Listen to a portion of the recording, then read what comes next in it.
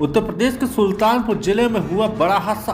Driver को नींद आ जाने के कारण आलू लदी ट्रक पलट गई। कन्नौज से बिहार जा रही थी ट्रक। थाना क्षेत्र बेरूपादा की घटना। सुल्तानपुर से अमित कुमार श्रीवास्तव की खास रिपोर्ट।